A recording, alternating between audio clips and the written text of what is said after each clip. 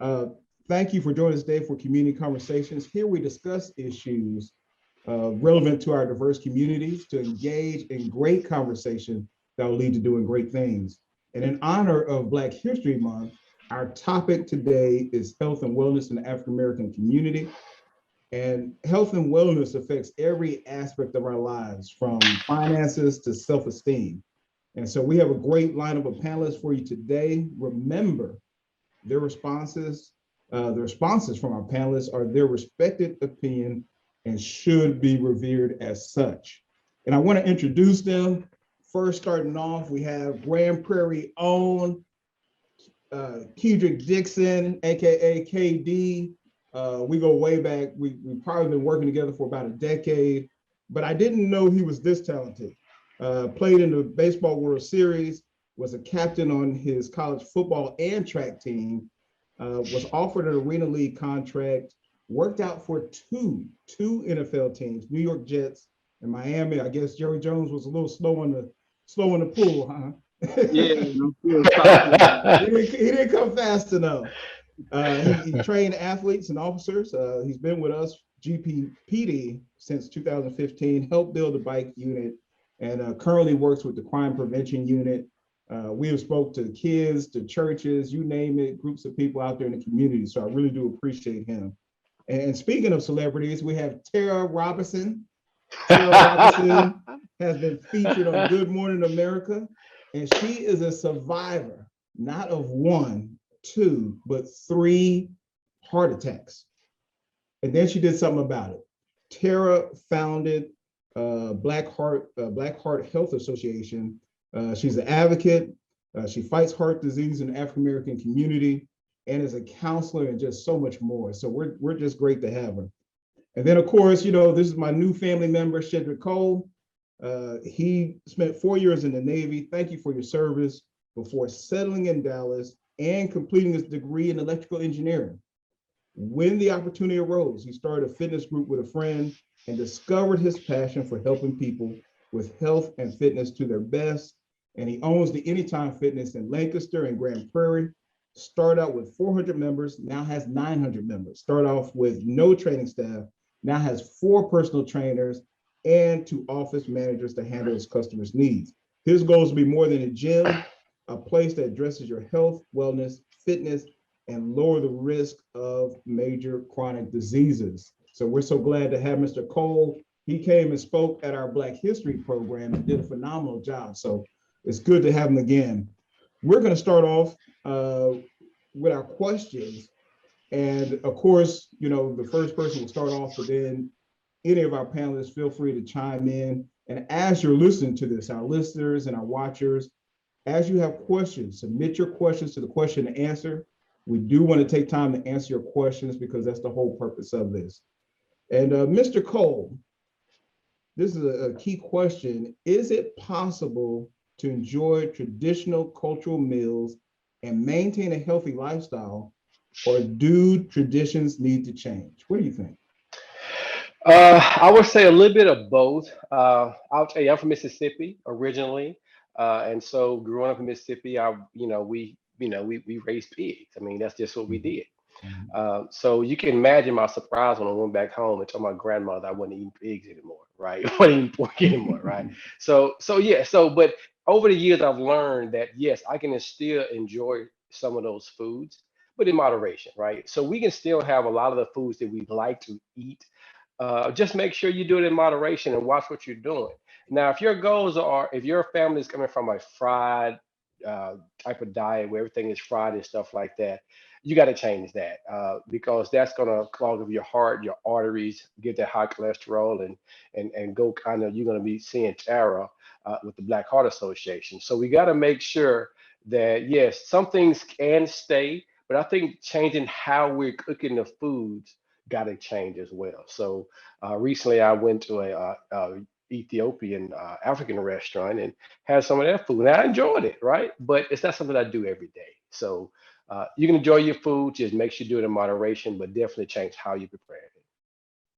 I like that. I like that. And kind of following up, Tara, did you have any significant dietary changes after your heart attacks that you had to make? Before my heart attacks, we ate well. Anyway, my husband is a fitness guru as well, and so diet was decent. Was it perfect? No, but diet was decent. So once, and I really don't like to use the word diet. Just eat healthier. Right. My meals were okay, but once I had my heart attacks, of course, they give you plenty of restrictions on what's better for you. No salt, and there's different ways that we can prepare our food without salt, instead of salt, using herbs. And of course, that's a learning curve because that's not how we normally cook. And so, yes, definitely was a change. It was a shock to my system, to everything I grew up knowing. So I had to unlearn a lot in order to maintain my heart health. Wow. Which I understand. My wife is from Louisiana, so I get it. You know, there were some changes I had to make to survive, and they had great food, but there weren't always green vegetables on the plate. Right. If it was smothered down. So there were some necessary changes that we had to make. Tara, for you, and I want to start off with you with this question. Of course, any of other panelists can chime in. What role does socioeconomics and health education disparity play in health and wellness, and how do we overcome it? It plays a big part. We know that life isn't fair, and apparently neither are resources or access in this world that we live in. And that's where the issue is. We know that if we don't have proper access to nutrition, as far as foods and proper food and stores and even restaurants, if you look in our neighborhoods, predominantly Black and brown neighborhoods, you'll find more fast food restaurants, not necessarily healthy fast food restaurant options. So then you have the whole thing of the miseducation of our communities and trying to make sure that we all learn the same as far as how our cultures are, but we are all different. So you have that issue. You have the fact that when we talk about disparities, we know this disparities is the word itself means a great difference. So if I go from one neighborhood and we have everything we need to survive to another neighborhood not having anything we need to survive, then that's where the problem is. I believe that it takes us to save our own communities.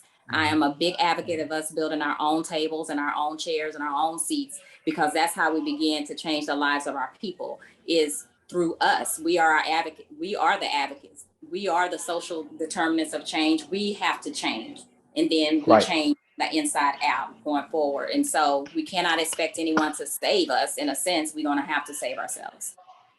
And if I can add on to that, Gerald, a lot of Please. times from the socio-economic piece, so we got to realize that, if we're trying to be healthy, we can't keep doing and spending the money the way we were doing before.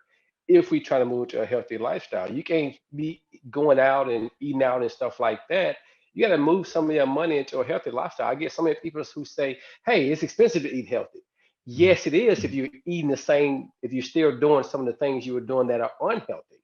So one of the things we got to do, like Era said, is change our mindset into a new lifestyle, which means leaving the old behind and moving forward with the new stuff.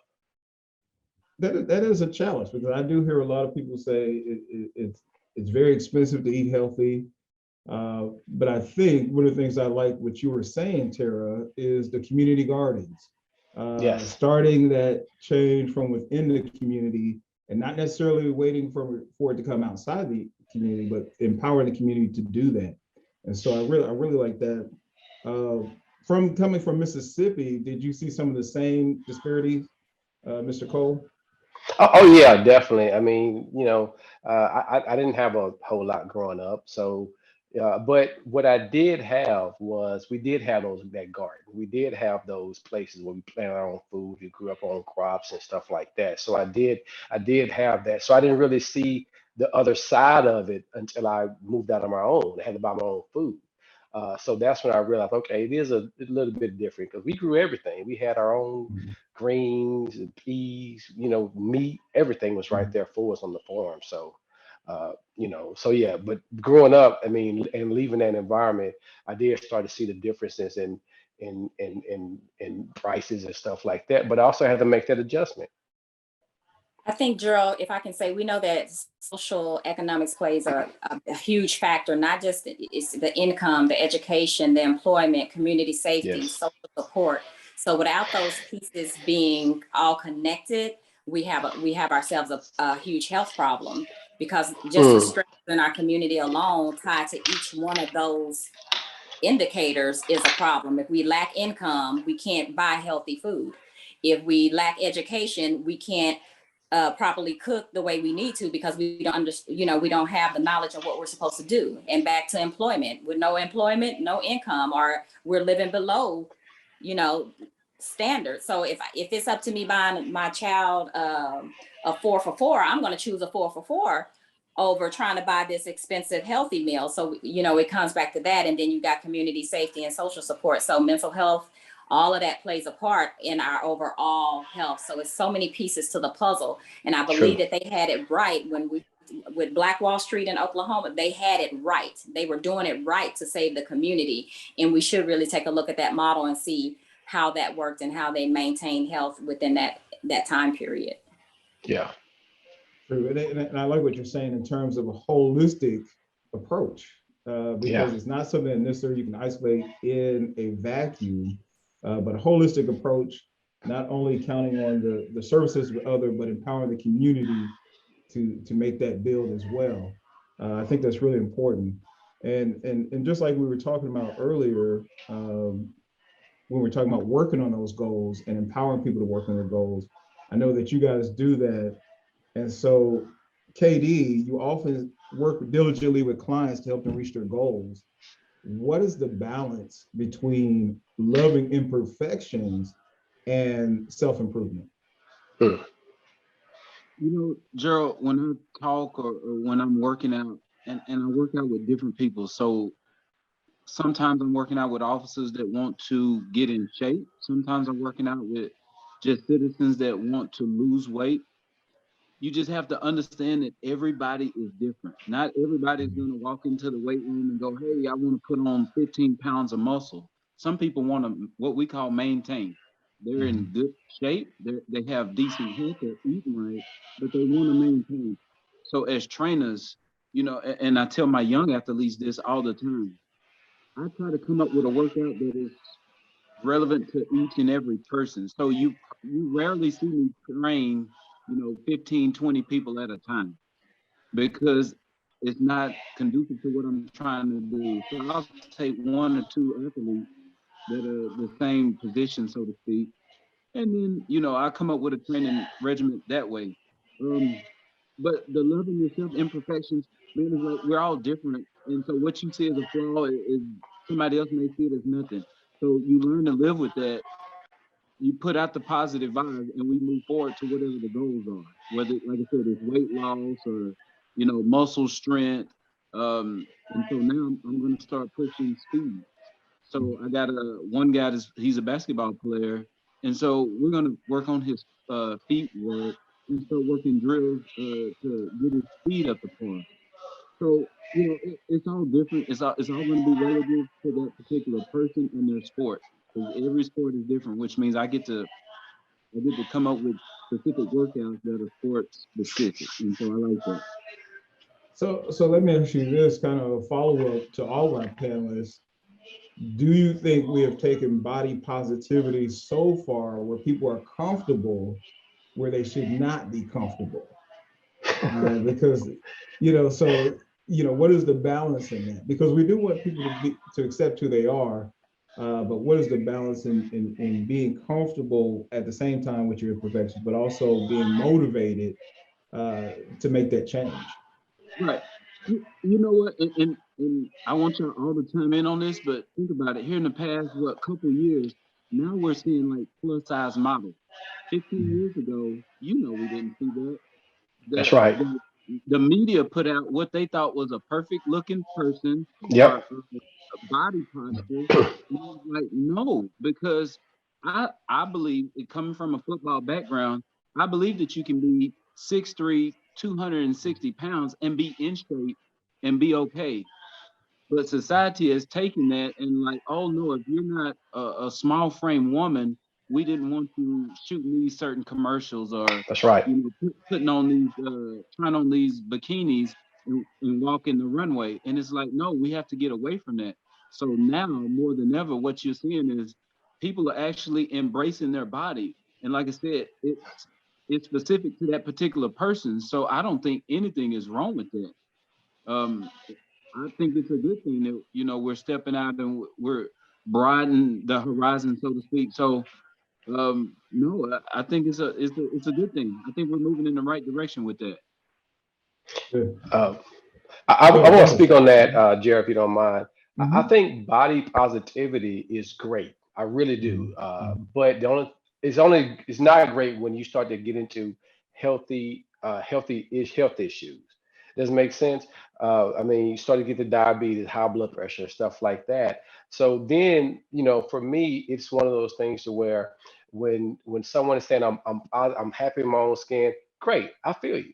But as long as it's not impeding your health to where you start to get high blood pressure, diabetes, and things like that, then now we got to start looking at it from another aspect. Now we got to start working on getting in better shape. So I think, like I said, body positivity is great. I love to see that because especially for our African American women, we just built differently. I mean, I hate to say it, for the vast majority of it, we are just built differently.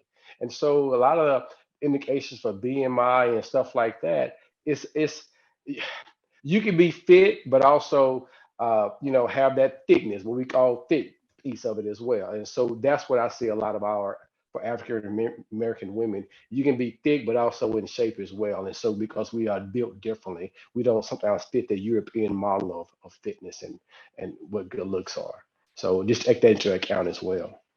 If I may, Gerald, speaking for all women, thank you. Thank you guys for trying. Please do.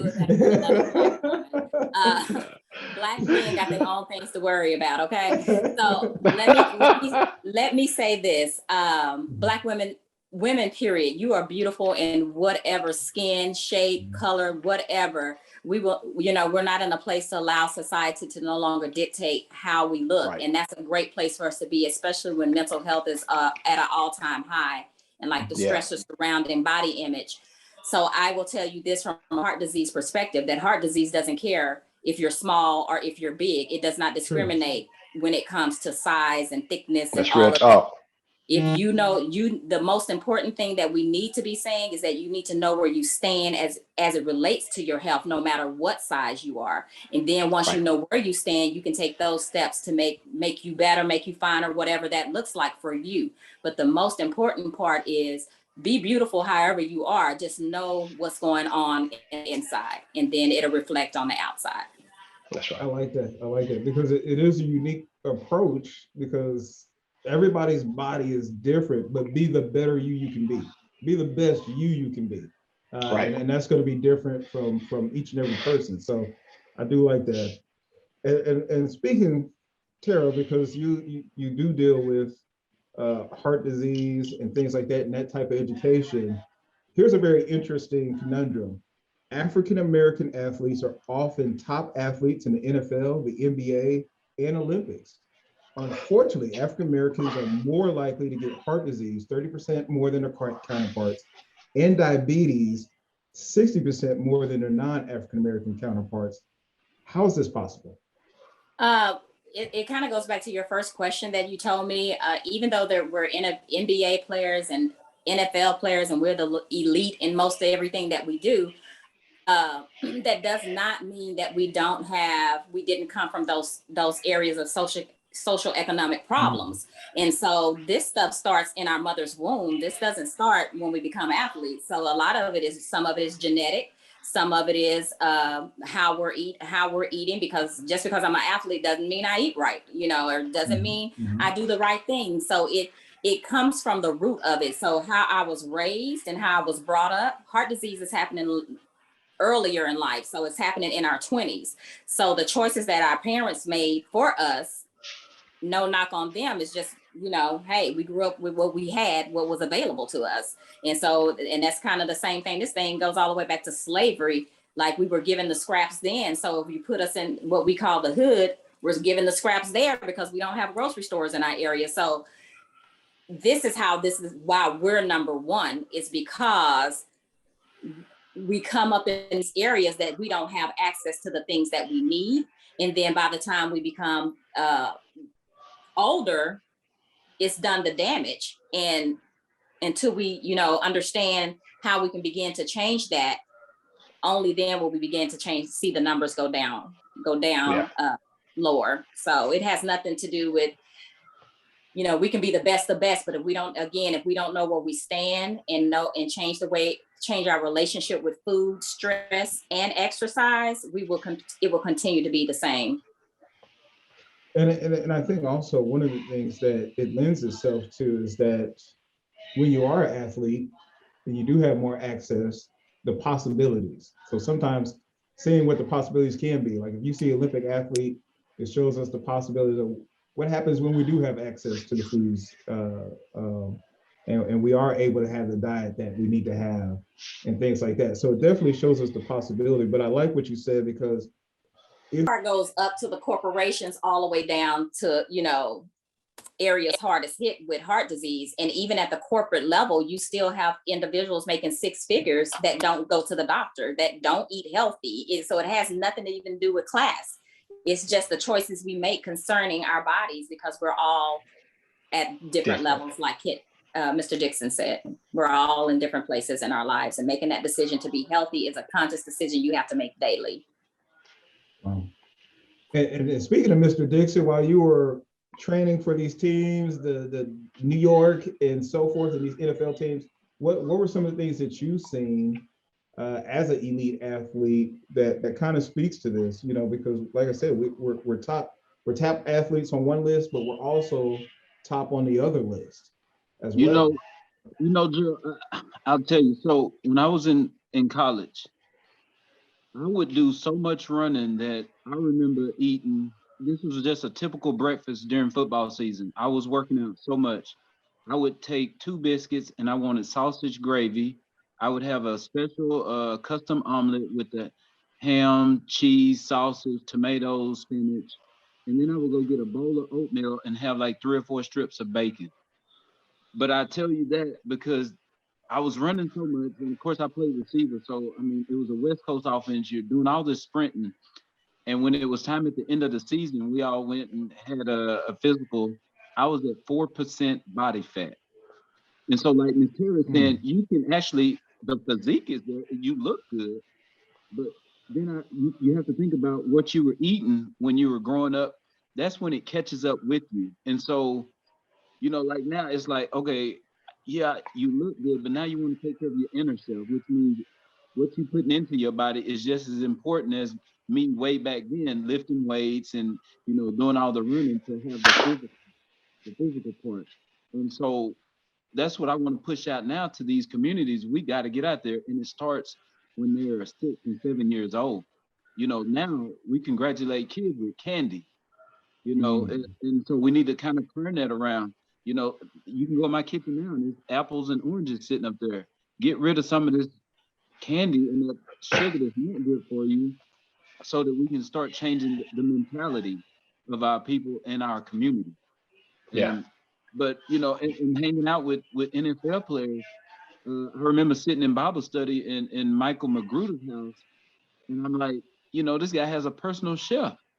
And he was like, no. When you get to this level, he goes, you have to treat your body like a temple. These people want to pay you top dollar so that they can get the most out of your body. Well, then you need to treat your body right every day, every meal. And so we were seeing that, bro, and it was just like, it was eye-opening for me. But, like Tara said, it's hard to do, bro, when I remember, barbecue pig feet and chicken. I'm from the country too now. Yep. Stories, but I got a whole bunch of them. But we just really got to get out here and kind of like now how I love to go to these schools and mentor these kids. Well, man, we need to get out here to these YMCAs and these rec centers and start talking about working out and eating right. And I don't know. I've seen a few guys on YouTube that I follow. And man, you can go to Walmart with $90, and I'm talking about chicken breast and rice and broccoli. So some people are gonna tell you, yeah, it's expensive to eat right. In certain places, it is when you want a plethora of choices. But I can tell you, I can take you to Walmart and we can get it done with 80 or 90 bucks, and it's for two. Yeah. So it can be done. I like two things that you said, because everybody is unique, and you have to understand how that plays a role. One of the things I found out, that the melanoma, which protects us from getting sunburn, also blocks out vitamin D. And because we have vitamin D deficiency, that also affects diabetes and some other health conditions that you can have. So being aware of that, making sure you're supplementing vitamin D and things like that to your unique physiology. The other thing you talked about, going out into the community, I think is important. And of course, we know that our faith-based organizations here in Grand Prairie, our faith-based organizations are very big in helping us do things in the community. And I just want to ask this question, not just for this community, but other communities as well. Has the church embraced its role in community health and wellness? And if you don't feel like they fully have embraced that, if not, how can they improve? Mr. Cole, what do you think? I think I'll tell you what I think is changing. I think it's definitely changing from from when I was young, and people's mindset are changing. But it also goes back to because now it's back to the individual piece of it again, like we would be talking about. I think the biggest and I see this all the time at the club when people come in trying to join. You're gonna have the Monday night Bible service, the Wednesday night Bible service, and you're gonna have the church on Sunday. But I tell a lot of the people who say I don't have time for this, is that you got to start being selfish about your time. Okay. And even with God, like I go to church, I volunteer, you with things like that. But you got to be selfish with your time for your own health and wellness, so you can continue to do God's work. So I think a lot of times people, the church is starting to embrace that, because I know several churches have health groups and trainers and stuff like that going on. But it really comes down to the individual making that choice to actually support, to actually do that, to get involved. And so it's always going to come down to a personal decision at some point in time. And so for me, I just pray that you make that decision before going to a doctor and getting that diagnosis. But I think the church is changing. I think it's starting to do a lot better. But I think, irregardless of what institution or service or whatever, it still comes down to personal choice and personal accountability. I agree. It does come down to personal choice and accountability, which the church does provide, socially, morally.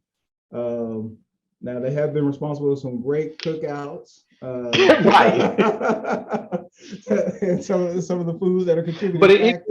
it still comes down to personal choice. I can That's either true. eat Still the food comes or I down to don't. personal choice. Yes, I absolutely agree with that. And so, but I have seen a change.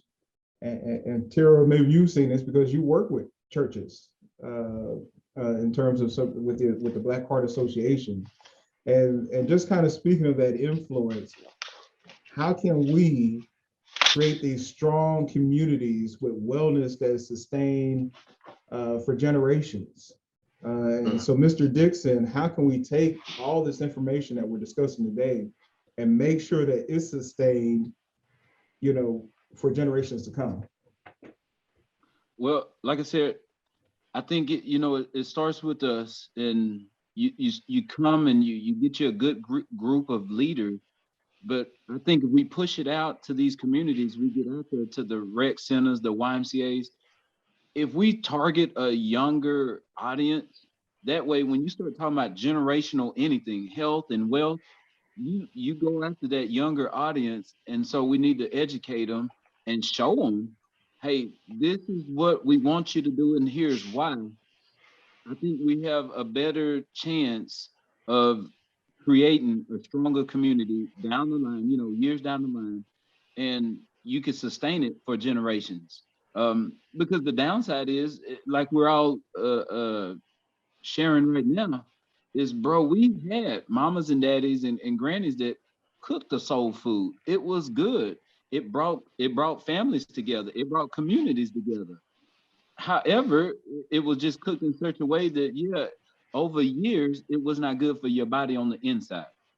And Right. so you bring the education piece out, we'll bring the energy. And I think if we just target a younger crowd, we can start trying to turn this thing around, a little bit at a time. That's right. Absolutely.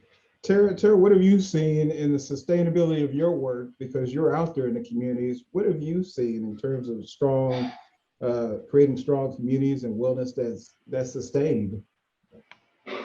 Like I said earlier, I think it's several pieces to the puzzle. Like we reach the youth, we reach the family, we reach the church. We pretty much covered it here. What needs to happen? It is a matter of really making sure that it's consistent, that the education is consistent, that it's frequent, because we have been so programmed to believe one way, and then we have to change it. It all goes back to our thought process. So what I'm seeing is that we have a desire to change, we want to change, but a lot of times we just don't know where that change starts. And it really just starts with small steps inside the family. For example, I really believe the family unit is where it should start, because if we start to teach our kids about exercising, mental health, eating properly, then they grow up with that same mindset.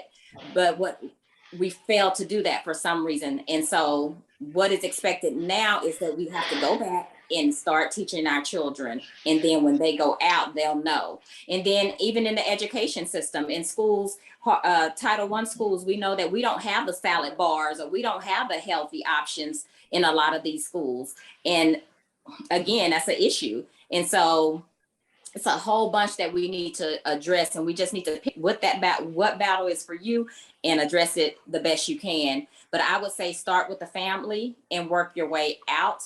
Like for us, when I had my heart attacks, one of the things that we started incorporating in my family is a lot of us have family gardens now behind houses that, if you don't have a family garden, they can come over here and get food. And so I think that is key. It's in several of my auntie's houses or my mom's house. I can come over here and pick from her garden, and I can go to my auntie's house and get from her garden. Then we also we bring vegan dishes. So we challenge each other to try to cook a vegan dish, or try to cook something other than fried, or each family, so we challenge that way. We make it like a little competition where it's fun.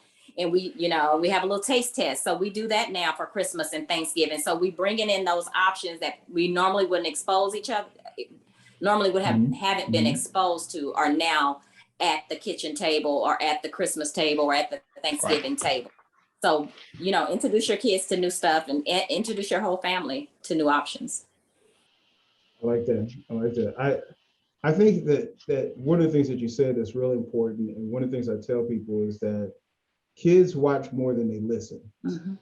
So you're going to have to be the example. You can't say, go do it. And it absolutely starts with the family, because it's going to start with you. I love what your family's doing in terms of starting that challenge with the vegan challenge, and start really promoting these healthy habits that can really sustain for generations, and kind of change the tide in those numbers. And speaking of starting those healthy habits, sometimes this can seem overwhelming. And so how does someone get started? Mr. Cole, how does someone get started? Because we start talking about healthy habits, and you said something very interesting at the chamber when you talked about stacking. How does someone get started with these healthy habits?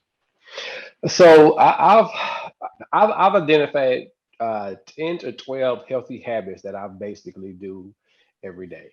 And basically what I tell people is just start simple. I mean, we so often, I see it so many times, people, they start these resolutions, whatever the case that may be, and we want to do everything all at once. They want to work out, change the diet, blah, blah, blah, blah, do all these things all at one time.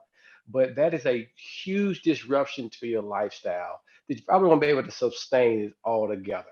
And so what happens is people will start these things, and because they cannot do everything, they do nothing, right? It's either all or nothing. First and foremost, fitness is more, and fitness and health and wellness is about somewhere meeting in the middle, making your lifestyle meet where you're trying to go. right? Because that's really where you got to start with the habit. I mean, we start out with the mindset. Then these 10 habits I'm talking about, you have 10 of them. One is like drinking water, eating protein every meal, eating veggies with every meal, um, eating no fried food. I mean, there's like 10 of them that I came up with. And so what I tell people is, hey, let's start with one, right? Let's do it for a period of time. Make sure you're able to successfully do that one. Let's say it's going to be, eating protein every meal. What I do is say eat it for 14 days. Do this habit for 14 days. If you do it 80%, which is 10 out of those 14 days have protein with every meal, then you have successfully passed that habit. Well, the next habit would be let's eat greens with every meal or something like that. We don't stop eating the protein. You just add on the greens on top of that. So now you got a habit one, then you got a habit number two, and now you got another 14 days for habit number two, but you're still keeping habit number one going. And so once you get finished with all of these, it takes about 20 weeks to get all these habits together. You'll find that even without exercising, even without sweating a whole lot, you'll start to drop weight. You'll start to get the weight down and have a better. You'll feel healthier, more energy, and things like that. So my advice to people who are getting started: don't start trying to do everything all at once. Start with just one thing. So it could just be coming to the gym for 30 minutes, 3 times a week, right? So start simple first, and then just from there stack on different habits that'll help move you to your ultimate fitness goal.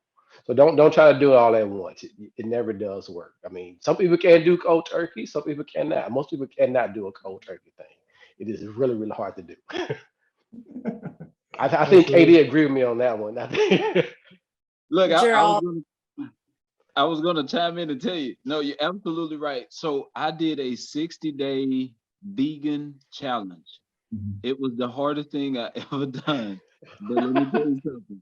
I didn't have energy to work out in the gym, but I dropped 13 pounds.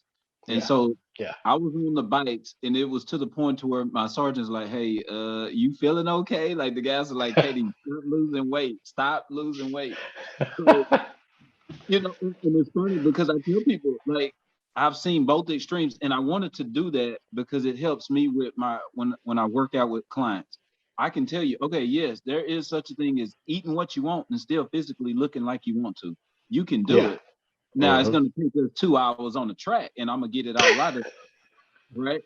Or I said, and I've done the opposite, which was I ate a vegan for 60 days, and I still dropped the weight.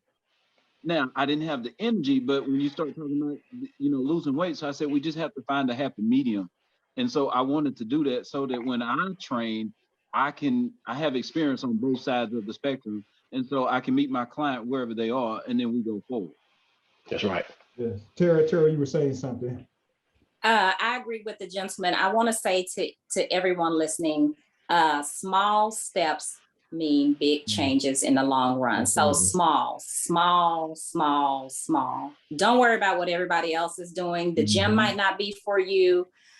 Being a vegan might not be for you, but your first step might be as simple as I'm going to eat a healthy breakfast. It just might be, that might just be the start. That might just be your starting point. That's right. And then next week we might work on eating breakfast and a healthy lunch. A small step might be, instead of frying my chicken, I'm going to bake it. So it's a lot of many different ways. Exercising, you might start with 5-minute walk and build your way up to the gym. But on our website, we have our partnership with the CDC Foundation, Live to the Beat. We'll go over a lot of small steps with you guys to get you started on your healthy journey. And I think that's key, because one of the whole purpose, once again, this is great dialogue to do great things. And we think of that in large scale, but it's how do you eat an elephant? One bite at a time. Right. Drinking more water. Start walking. Don't overwhelm yourself till you're like, I can't do that. No. But you can walk 5 minutes, which will lead to 10 minutes, and then who knows? So I really think that's really, really, really key. In this last question, because and I like what you're saying, Tara, we're going to start with you, because I want to know a little bit more about what you guys have going on. Is there anything in closing before we kind of get the questions from our audience that you would like to say or share about your organization or events that you may have come up? And Tara, I'll start with you.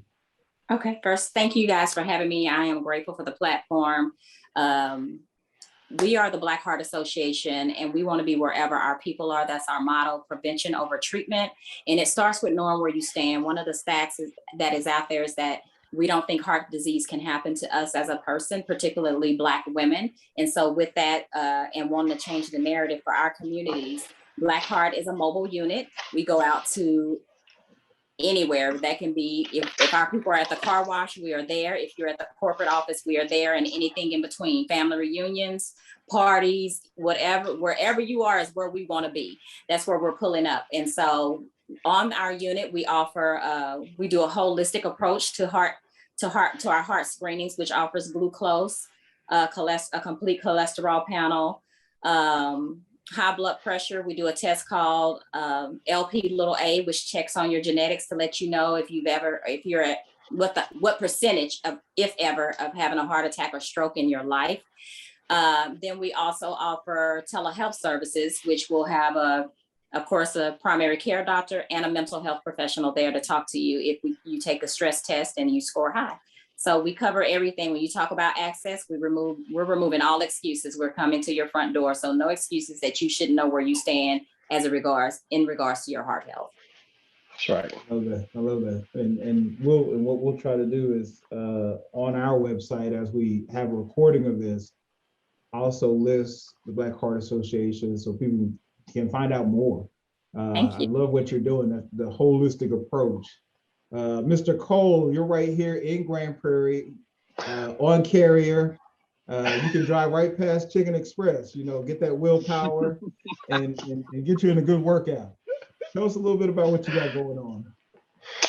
We're the 24/7, 365, fitness franchise. Inside Fitness is a franchise. Like I said, I own 2 locations on Lancaster and Grand Prairie.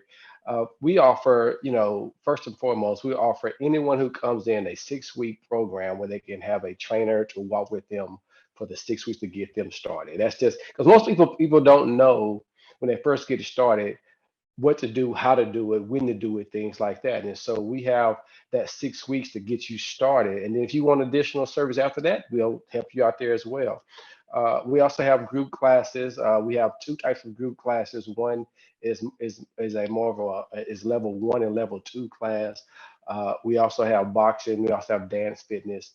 Then, of course, at the end of the day, we are a family-oriented fitness facility, especially at my location. I get to know all my members if they want me to know them. Email newsletters, text messages, things like that. We are here to support what you're trying to do because we know that getting started with fitness is hard if you don't wake up like me and just think about working out every day.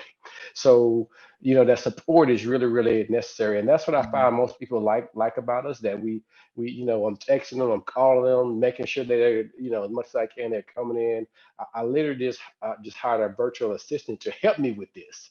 So we can just stay on top of people and make sure they're doing what they're supposed to do. So come by the cities open 24/7. And like Gerald said, skip by Pizza Hut, skip by Golden Chick, come by the cities right off Carrier Parkway, and we'll take care of you. Kind of work off, if you do make those stops, you can kind of work it out. And a little balance won't hurt. A little balance. Yeah, a little I balance. have pizza every once in a while as well too. Yes. Don't get it wrong, I do, but I also make sure I balance that thing out too. Yes, yeah. And Katie, you recently are now part of the crime prevention unit, do a little bit more community engagement. What you got going on, sir?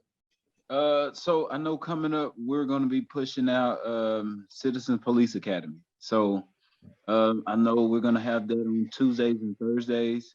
So anybody that wants to see how the police department operates, feel free to sign up, and it's free. So we have that going on along with the usual stuff. But yeah, I'll be busy here in these next 2 months. Yes. And just look for the city. We have a couple of great things coming on. One of the things that we'll be in the works with, and I may be talking to my panelists about, we're working on MLK 5K, devoted to community health. And so our goal is to have some of the vendors that you see today come out and do what they do in terms of working with the community and modeling those healthy habits and so forth. And we have a few questions from our audience, two that we may be able to tie in together. One person was asking, genetics play some role into the conditions of Black Americans experience. Is there a way to break this lineage of health conditions through diets and physical activities? What do you guys think? Absolutely. I think it goes back to what we were talking about.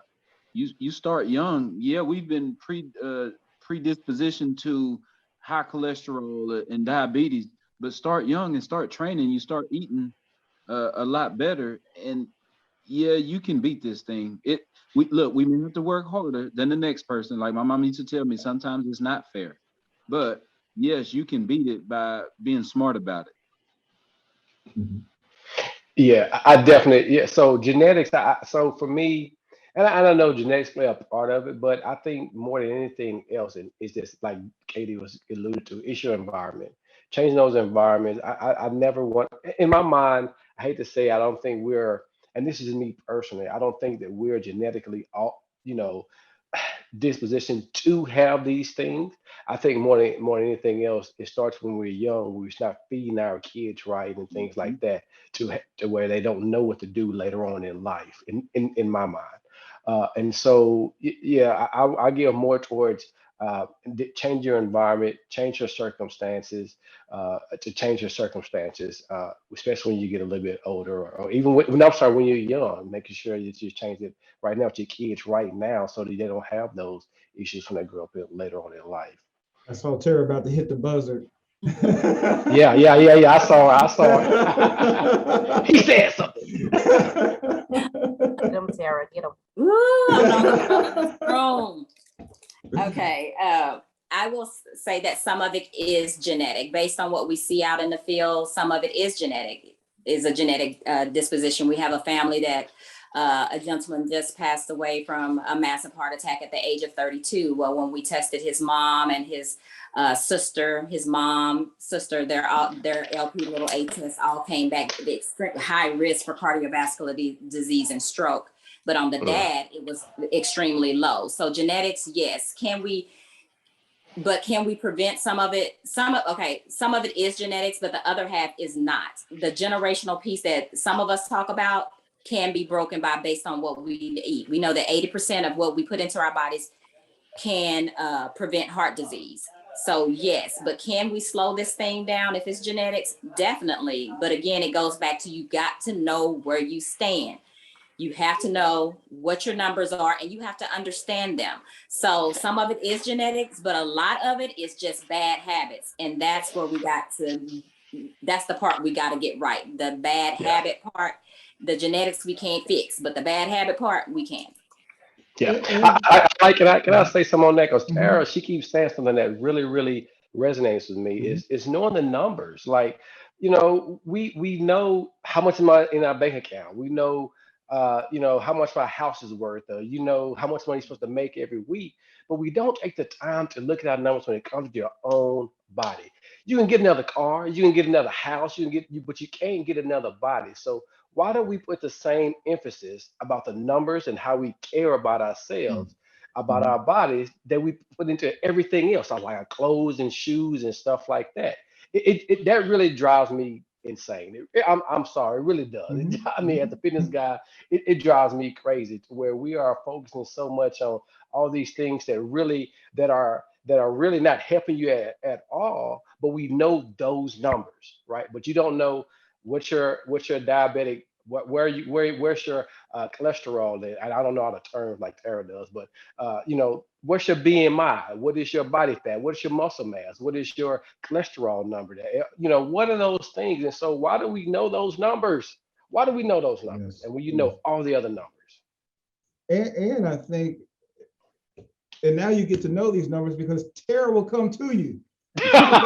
So now you have no excuses. She'll come to you. So now you will know those numbers. I think key points that are in there is that, one, everybody, regardless of your race, color, creed, everybody's unique. And we need to, one, talk about, families need to talk about their health history with their children. So it's not a surprise. So that way they can be preemptive. You know, if you know that your grandfather had cancer, discuss that with your kids. Yeah. Your father may have heart disease, have that discussion so we can be more proactive. But also those checkups are key, so that you know your unique numbers. I think that's Yeah. that you need to know those unique numbers. I want to get to some of these questions because we definitely want to get their questions answered. What are some tips for a workplace wellness program to encourage changes in lifestyle habits in adults who are less likely to opt into change? What do you guys think? It starts with relationship building. It's going to be hard to get anybody to do anything that you want them to do within, especially within the workplace, if there's not a good culture of, good, healthy culture of relationship building within that workplace. So I think it starts there. Before you can have a conversation with me about changing anything, we first have to have a relationship. And so in my opinion, that's where it would start, but that's the counselor in me. So I don't know. Yeah, I think like I work for several like engineering companies, and one of the things that they allowed you to do is have some time, especially one of them, I say one, they actually built gyms there and give you some time to actually go and work out. And sometimes it also has sleeping rooms there too. So sometimes you need to work out, just go and rest and get your mental health by yourself, right? So I think sometimes it needs to be company driven, health and wellness. If there's a company culture that supports that, then of course take advantage of it. But then also, you could do small things at your company to kind of help promote health and wellness. So, it could be just, hey, let's all walk today or walk around the building. So things like that can be done really, really simply at the corporate level, but then also on the employee level at the same time. Kind of taking baby steps with everybody. Let's just go walk together. Yeah. Well, it's intimidating. Yeah, and that's also a great way to build company culture. When I was at Ericsson or TI or Raytheon, I've always been a trainer. I guess I didn't know it at that point in time, but I've also worked out with people, and so you don't understand the relationships that are built, like kind of what she was saying, what Tara was saying, through exercise and fitness, and how that can drive you on the professional level, right? I mean, because now you're working out with different people, you get to know them from a different angle. And so I think those corporate wellness programs are really, really good to build camaraderie, build company culture a little bit better, and people are just happier, right? At the end of the day, because now you're not seeing me in a suit and tie all the time. Now you see me in my natural, in another element, and so we can actually bond there as well. Gerald, let me add to that.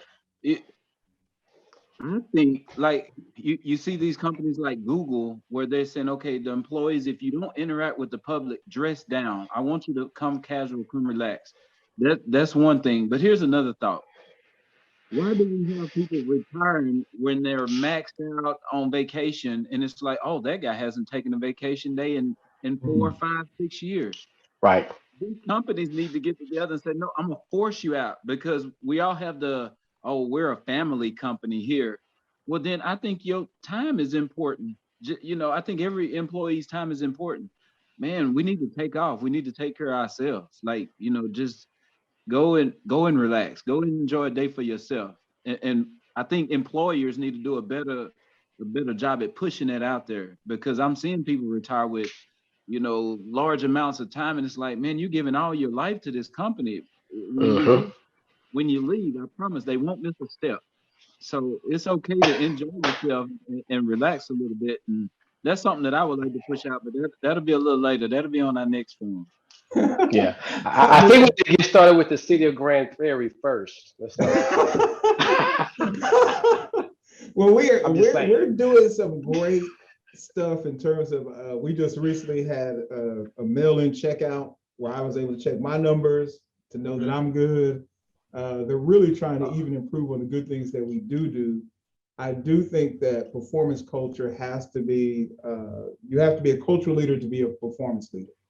And so, like you said, that balance with the vacation days, you have to have self-care. Self-care has to be a part of your culture. And it has to be encouraged where people don't feel like, if I don't keep this pace where my engine's about to blow up, I won't be accepted by the company, but it's really not good for the company to have people working under that type of anxiety. Right. And I'm gonna say something right there. change. That's another reason why a lot of people right now are not going back to work, because the companies did not treat them so bad when they were there, that now they're saying, you know what, when COVID hit, I'm gonna take care of me, right? If the company not gonna take care of me, I'm gonna either leave the company, but I'm gonna take care of me at this point. And so now you see that people are just taking that in their own mindset, and just kind of doing it themselves instead of waiting for the company to treat them right at the end of the day.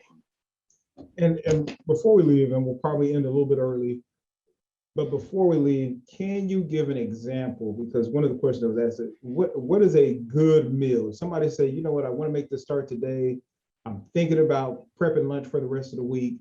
What are some suggestions for that person that wants to take that initial step so that they can start tomorrow? So here's the thing that I see with a lot of people. I'll start with this one. A lot of people say, "Hey, I'm just gonna have a salad," right? They say, "I'm just gonna have a salad." Well, first and foremost, it's not gonna be enough calories, because my first thing is to get people to understand you got to have enough calories in your body, right? At the end of the day, to do anything. But a good meal should consist of, like I said, one of the first four habits is water, protein, healthy fats, right? Because people don't realize the healthy fats are good for you, and then and some carbohydrates, right? I mean, so if you look down at your plate and it's brown and white, then you got issues. Okay, you should be eating from the colors. As many colors as possible should be on your plate. The bell peppers, the green onions, the greens, the kale. Those things should be all on your plate. You should have a plate full of colors. If you're doing that, you're doing a great job, right? At the end of the day. But if you look down to your plate and it's basically brown and white, which means probably going to be some potatoes or some meat or something like that, then you're missing out on a lot of other things that are available for you to keep you healthy at the end of the day. So eat by the colors. Okay, I have a meal to answer your question, Gerald. You know, Shedrick liked to talk, but he just added.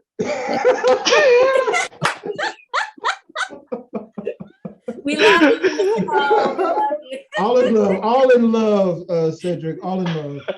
But I like, I think a good vegetable plate would be sweet potatoes, greens mixed with kale, zucchini and squash sauteed, and maybe some cauliflower would be a good meal for me for a meal prep. So I think that's a good way to start. Decide which vegetables you like and eat them, or add some cabbage to it, whatever you want to do. Just make you a whole vegetable plate. I like it.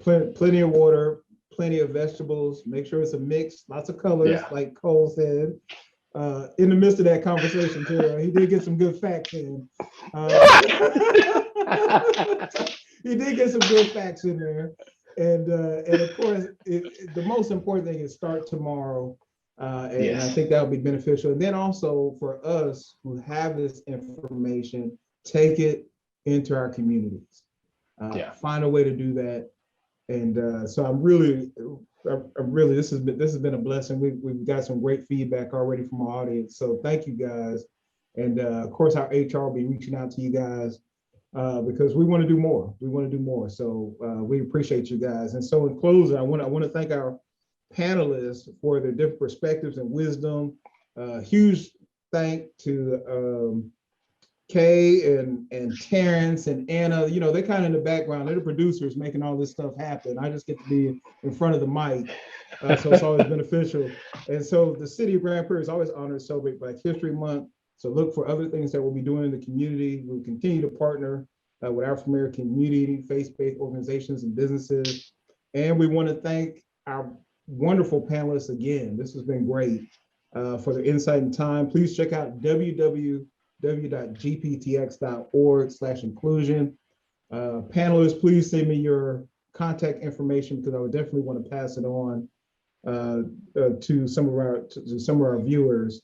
And then we'll have a recording of this series also on at www.gptx.org.